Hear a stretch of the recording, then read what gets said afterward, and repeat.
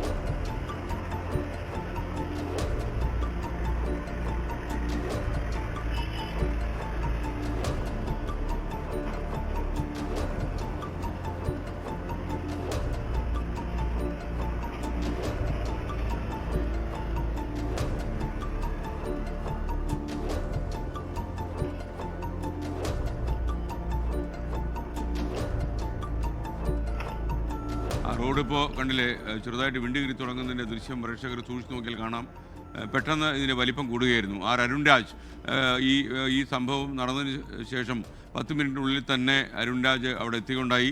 അപ്പം അരുൺ രാജ് കൂടുതൽ വിവരങ്ങൾ നൽകും. പറയൂ അരുൺ രാജ്, ഇത് ഇങ്ങനെ വിണ്ടുകീറിയതിന് ശേഷം എത്ര പെട്ടെന്നാണ് ഇത് വലിപ്പത്തിലേക്ക് പോയത്?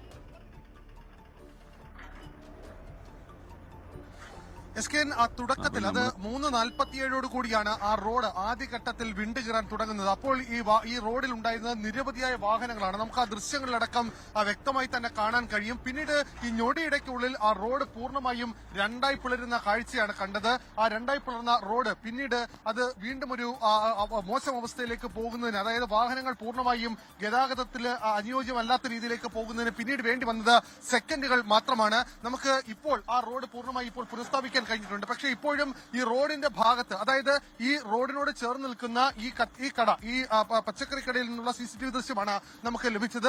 ഈ ദൃശ്യങ്ങളിൽ കുറച്ചുകൂടി വ്യാപ്തത്തിൽ, അതായത് റോഡിൽ നിന്ന് ഏതാണ്ട് 100 മീറ്റർ മാറിയാണ് ഈ കട നിൽക്കുന്നത്.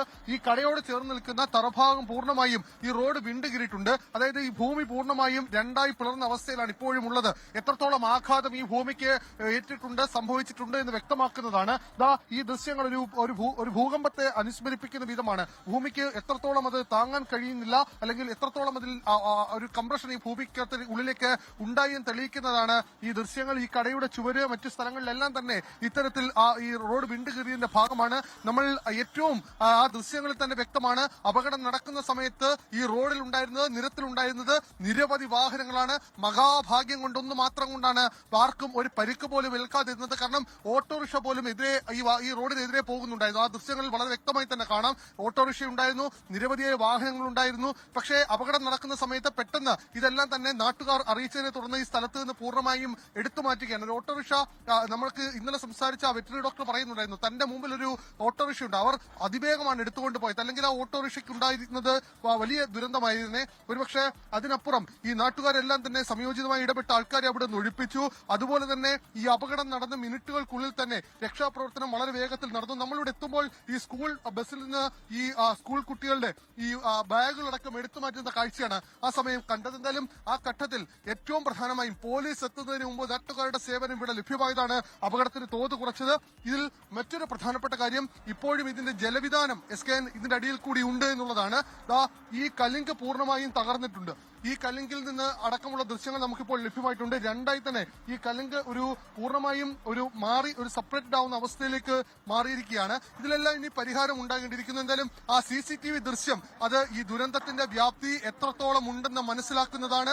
അല്ലെങ്കിൽ ഇവിടെ ഉണ്ടായ അപകടം എത്രത്തോളം വലുതായിരുന്നു, ഒരുപക്ഷെ അത് വലിയ ദുരന്തത്തിലേക്ക് പോകാതിരുന്നത് എന്തുകൊണ്ടാണ്, അത് ആ സമയത്ത് നാട്ടുകാരുടെ അലറി നിലവിളിക്കുന്നുണ്ട്, വാഹനം എടുത്തു മാറ്റണമെന്ന് ആവശ്യപ്പെടുന്നുണ്ട്. ആ ദൃശ്യങ്ങളെല്ലാം നമ്മൾ സാക്ഷ്യപ്പെടുത്തുന്നതിലും ആ CCTV ദൃശ്യമാണ് ഇപ്പോൾ നമുക്ക് ലഭിച്ചിരിക്കുന്നത്. ലോകത്തെവിടെയായാലും ഏത് സമയത്തും 24 വാർത്തകളും ഓഗ്മെന്റഡ് റിയാലിറ്റി പാക്കേജുകളും എക്സ്പ്ലെയിനറുകളും വിശദമായി കാണാൻ ഞങ്ങളുടെ YouTube ചാനൽ നിങ്ങൾക്ക് സബ്സ്ക്രൈബ് ചെയ്യാം.